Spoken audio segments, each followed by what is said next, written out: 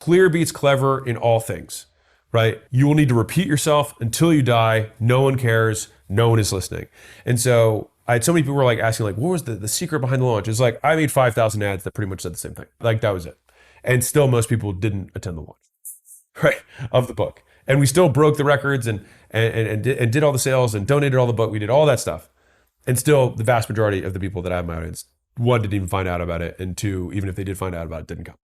Didn't even register. And the few that registered, still most of them didn't come. So like you have to think about this in terms of percentages. If I have 100 people who register for something, less than half will show up.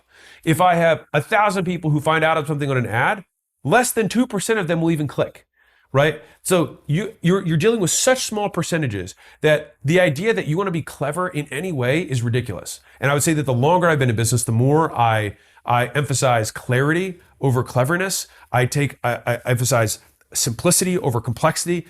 How do I make this as simple and as clear as humanly possible? And I think that effort of continuing to compress what you're saying and get it simpler and simpler, and that is where it becomes elegant, and that is where it becomes effective.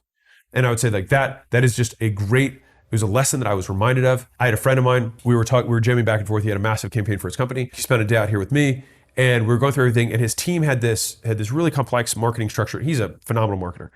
And he's like, Alex, what do you think? And I was like, I think instead of having 10 things you're selling, I think you should have one thing and give 10 reasons for it. And he was like, yeah, I agree.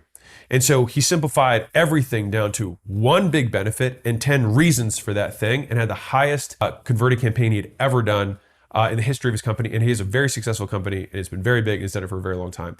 And after the day, he came up to me and was like, he's like, listen, I wanted to bring, he's like, my team has heard me say this so many times, they needed somebody from the outside to say it. He's like, and I didn't, he's like, you got to be the bearer of bad news instead of me. And so, but like, just as a little moniker that you can remember for yourself in terms of writing copy, in terms of making sales pitches, in terms of writing emails, making content, whatever it is, one big idea with 10 reasons rather than 10 big idea with one reason each. I'll leave it at that. Which this segues naturally in to lesson 13, which is this year, the offer is still king, just like it was last year, just like it was the year before that.